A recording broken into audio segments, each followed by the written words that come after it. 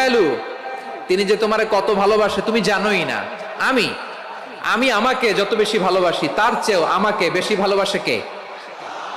সবাই বলে নাই, বুঝতে পারে নাই বোধহয়।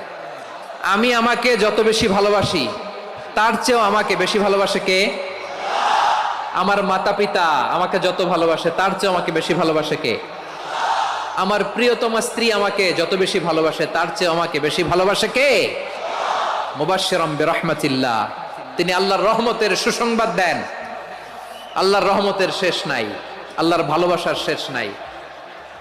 ও মুবাশশিরাম বিল জান্নাহ, তিনি জান্নাতের সুসংবাদ দেন। এই উম্মতের মধ্য থেকে যারা আল্লাহওয়ালা, যারা প্র্যাকটিসিং, যারা ঈমানদার, তাদেরকে বিশ্বনবী জান্নাতের সুসংবাদ দেন। আওয়াজ করে পড়েন সুবহানাল্লাহ।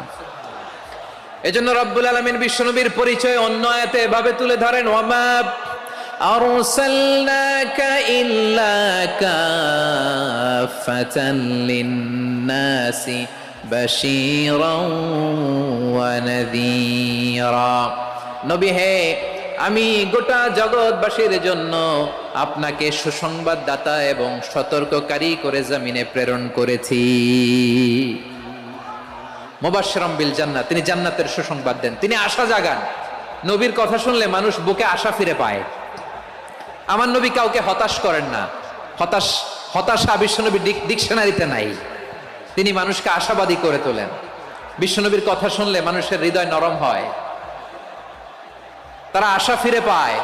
বিশ্বনবীর মুখ নিঃসৃত পবিত্র প্রতিটি কথাই আশা জাগানিয়া। সুবহানাল্লাহ পড়েন। আপনি প্রিয় নবীর মুখ নিঃসৃত বাণীগুলো পড়েন, কথামালাগুলো শোনেন, দেখবেন আশা পাবেন, বুকে আশা পাবেন, ভালোবাসা পাবেন। কারণ তিনি এমন সত্তা, এমন পার্সোনালিটি, তার কথা শুনলে হৃদয় নরম হয়ে যায়। মনে হয় হৃদয় খুলে তারে দিয়ে দেই, সব কথা যেন তারে বলা যায়। আওয়াজ করে বলেন ঠিক কিনা? সে কোন বন্ধু বলো বেশি বিশ্বস্ত? সে কোন বন্ধু বলো বেশি বিশ্বস্ত?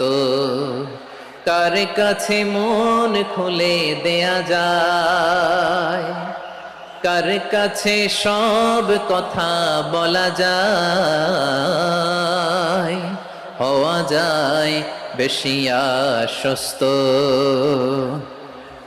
তার নাম আহমদ, বড় বিশ্বস্ত। সে কোন বন্ধু বলো বেশি বিশ্বস্ত? কার কাছে মন খুলে দেয়া যায়, কার কাছে সব কথা